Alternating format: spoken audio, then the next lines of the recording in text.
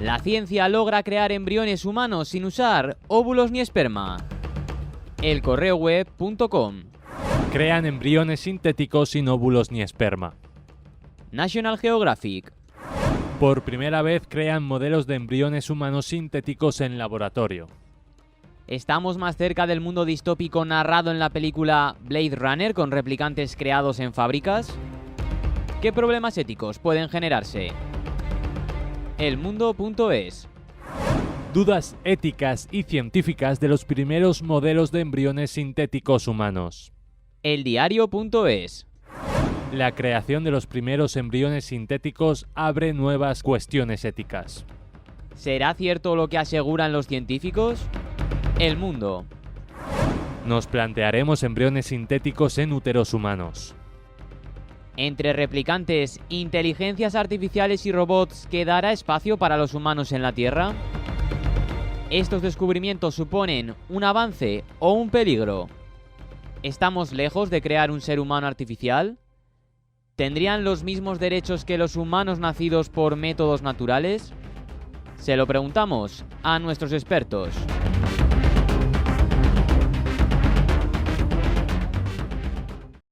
Tenemos algún problema técnico con ese primer tema, con ese primer tema. Bueno, lo voy a intentar introducir yo, ¿no? Lo mejor que se pueda, pero uno de ellos tenía que ver además, en este caso, con la modificación genética también, ¿no? Porque hemos conocido, hay una de las noticias que ha conocido, pues que se ha hallado por primera vez, ¿no? Un caso, en este caso, de poder, pues engendrar, pero bueno, de manera artificial, no como lo conocemos hasta de ahora. Y precisamente venían ustedes dos, pues por su experiencia también, ¿no?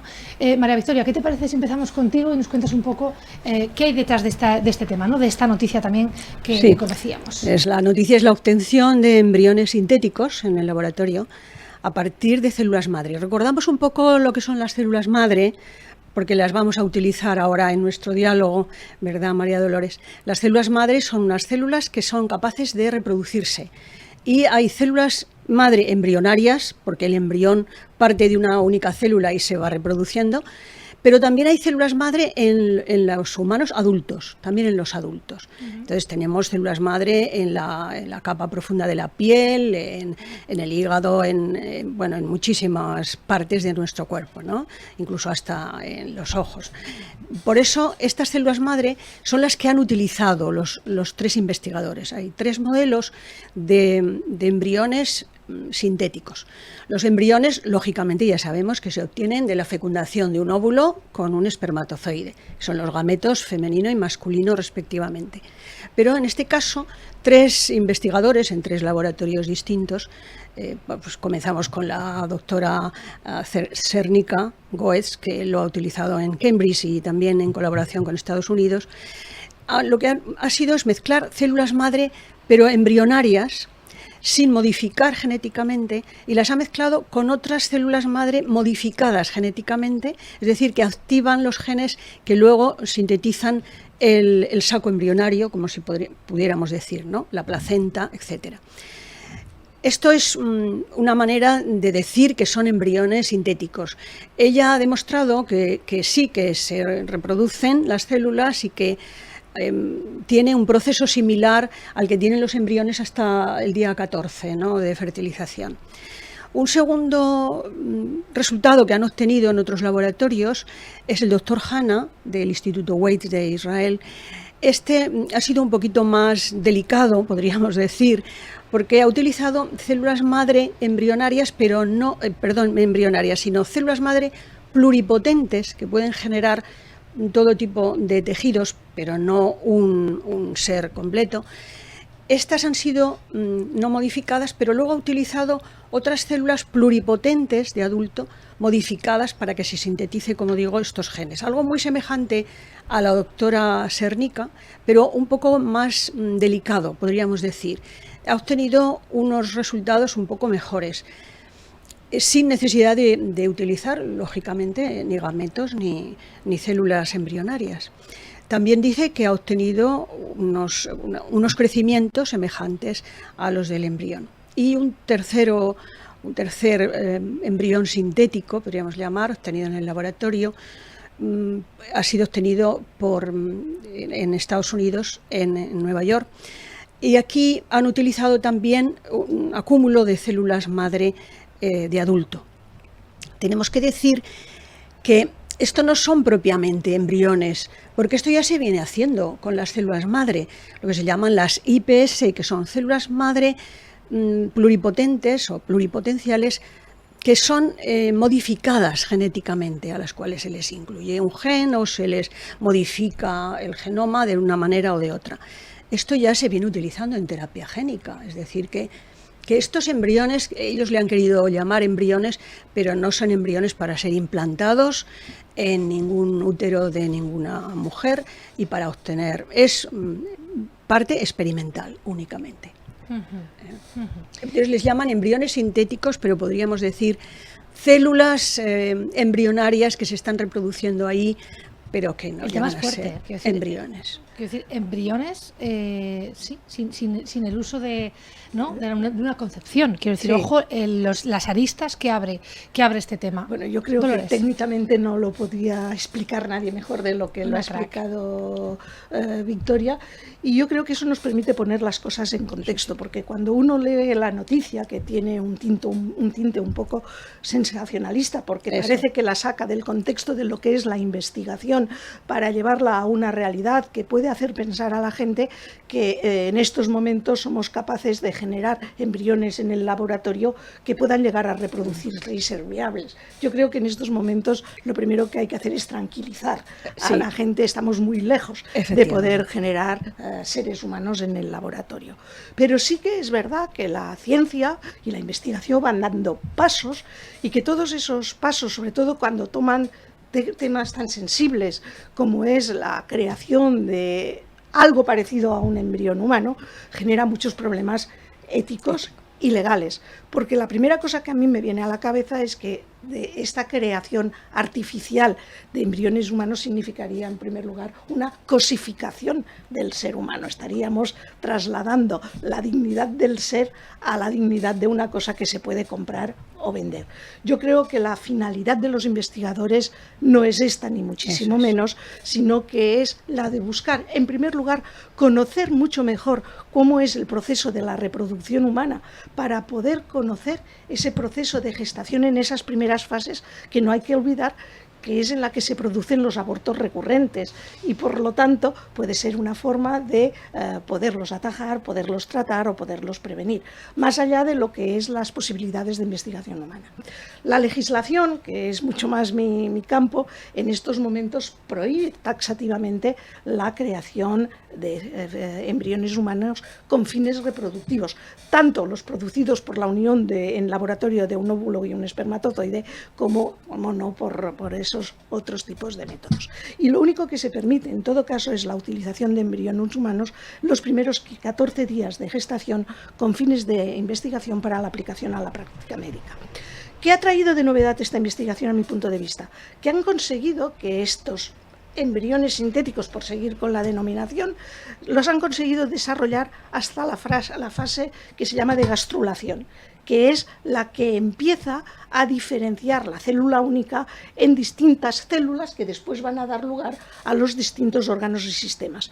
Pero evidentemente en esa fase de gastrulación ni se puede decir que exista un corazón humano, ni un hígado, ni un intestino, ni mucho menos el cerebro.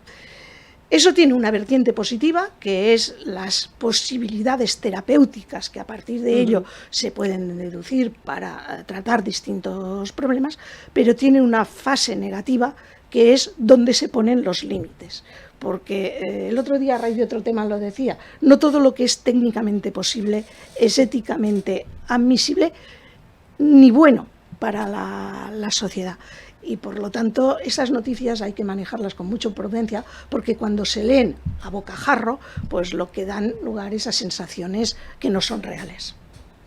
Sí, bueno, ¿Qué problemas éticos pueden generarse aquí, no? También, señora Arruga, para a su juicio. Sí, bueno, yo quería también analizar que cuando se obtienen estos embriones que los medios de comunicación han dicho sintéticos, y que realmente, bueno, son unas células que están creciendo ahí con capacidad efectivamente de generarse, pero en realidad estarían haciendo un clon, porque claro, obtienen unas células madre de un individuo, con lo cual ahí estarían clonando.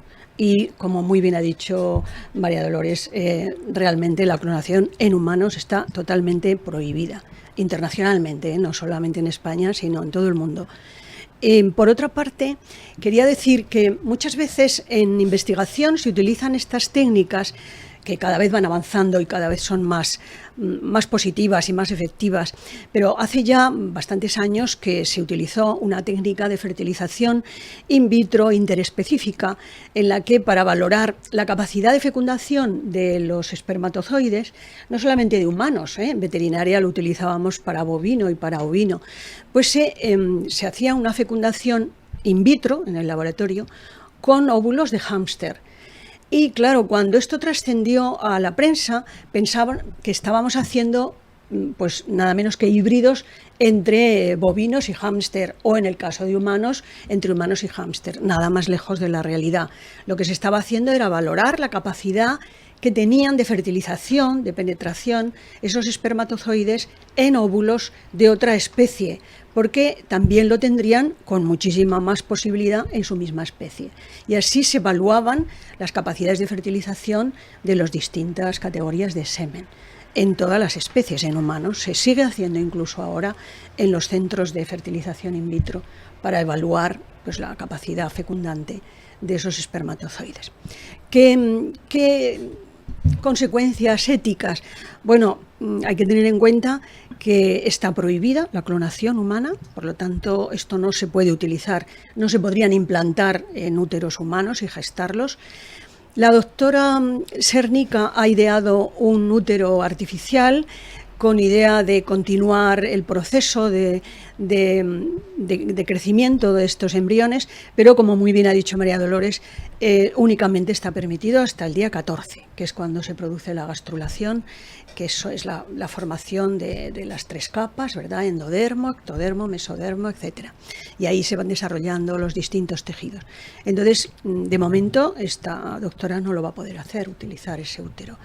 De manera que yo pienso que estamos ante una situación tecnológica de un gran avance, efectivamente, que nos va a permitir conocer muchos procesos de cómo se produce la fecundación y cómo ya se va produciendo las distintas reproducciones de las células, cómo a veces se forman de un solo cigoto, se pueden formar 2, etcétera, los gemelos monocigóticos, etcétera.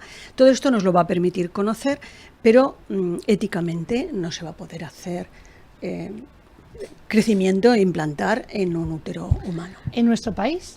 Internacionalmente. ¿En todo el mundo? En todo el mundo. En estos momentos la clonación está prohibida en todo el mundo, y por concretar un poco los problemas éticos, yo creo que el primero, lo he dicho, estaríamos convirtiendo al ser humano en una cosa que se puede fabricar y además permitiría o podría permitir, si eso llegara adelante, a la creación de seres humanos en serie o clónicos, como muy robotizados, que se podrían utilizar para muchos fines ilegítimos e indeseables. Pero yo creo que el problema más gordo es ese elemento de cosificación, que acabaría con todo lo que es la dignidad y la singularidad del ser humano, porque, como bien ha dicho, estaríamos replicando otros seres humanos.